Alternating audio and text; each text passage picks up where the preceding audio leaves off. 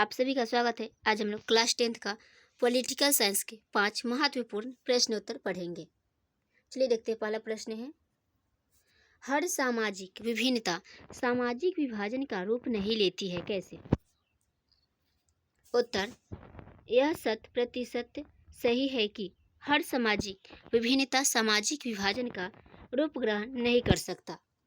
हम देखते हैं कि कभी कभी विभिन्न समुदायों के विचार विभिन्न तो होते हैं, लेकिन उनका हित समान होता है। यह समान हित ही है कि सामुदायिक विभिन्नता के बावजूद उनमें एकता के भाव बने रहते हैं। ये रोजमर्रे की बात हो गई है। कई विभिन्न संपन्न राज्यों में बिहारियों को अनेक तरह से सताया जाता है। यहाँ बिहारी के रूप में सताया जाने वाले लोग एक समुदाय के समझे जाते हैं, लेकिन वास्तव में वे एक समुदाय के नहीं होकर अनेक समुदाय के होते हैं। यहाँ समुदायों से तात्पर्य जातियों से है, लेकिन बिहार से उत्तर किसी अन्य राज्य में सताए जाने के कारण बिहारी होने के नाते एकता बन जाती है, जो समुदाय का रूप ले लेती है। दूसरा क्वेश्चन है, सामाजिक अंतर कब और कैसे सामाजिक विभाजनों का रूप ले लेते हैं? उत्तर, सामाजिक अंतर भारत में केवल जाति ही नहीं है, शिक्षा और आर्थिक व्यवस्था भी समाज में अंतर पैदा करती है। एक जाति होने के बावजूद यदि शिक्षा और अर्थशक्ति में भेद है तो यहाँ भी सामाजिक अंतर उत्पन्न होता है। लेकिन यह सामाजिक अंतर तब सामाजिक विभाजन का रूप ले लेता है जब एक दूसरे से अपने को उच्च और दूसरे को नीच समझने लगते हैं। जब सामाजिक विभाजन स्पष्ट होने लगता है तब जाति है गौण पड़ जाती है। उदाहरण के लिए हम कह सकते हैं, जैसे प्राचीन परंपरा रही है, शादी विवाह अपनी जाति में ही होती हैं, लेकिन क्या शिक्षित और धनी व्यक्ति अपनी पुत्री का विवाह अपनी ही जाति के अशिक्षित और गरीब की लड़की से करने के लिए राजी होगा? नहीं, बिल्कुल नहीं। वह अपने बराबरी के परिवार की ही लड़की ही चाहेगा। यहीं पर सामाजिक अंतर सामाजिक विभाजन के रूप स्पष्ट होने लगता है।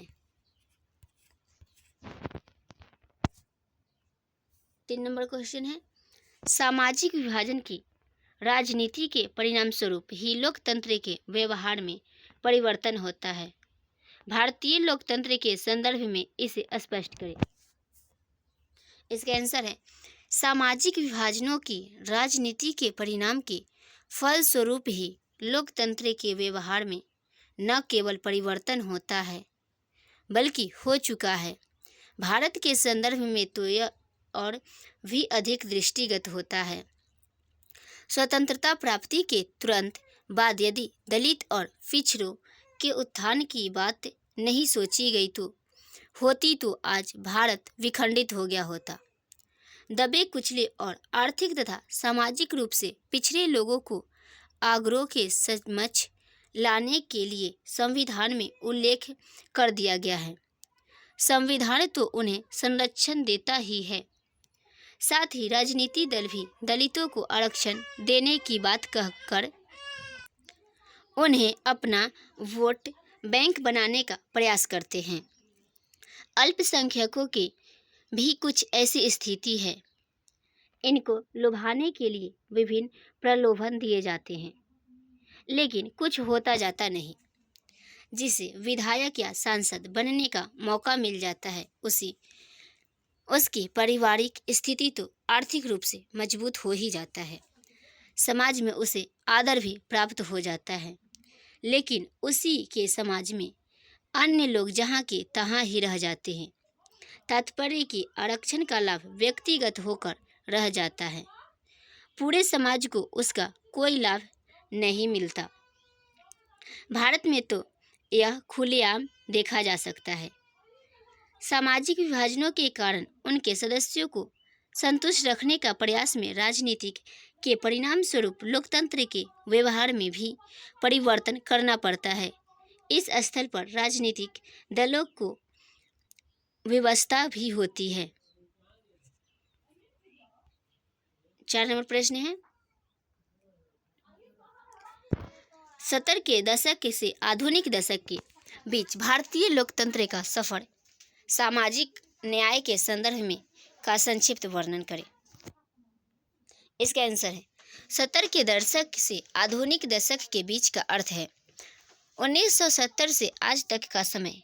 1970 के पहले तक 1967 की राजनीति पर स्वर्ण जातियों का दबदबा था।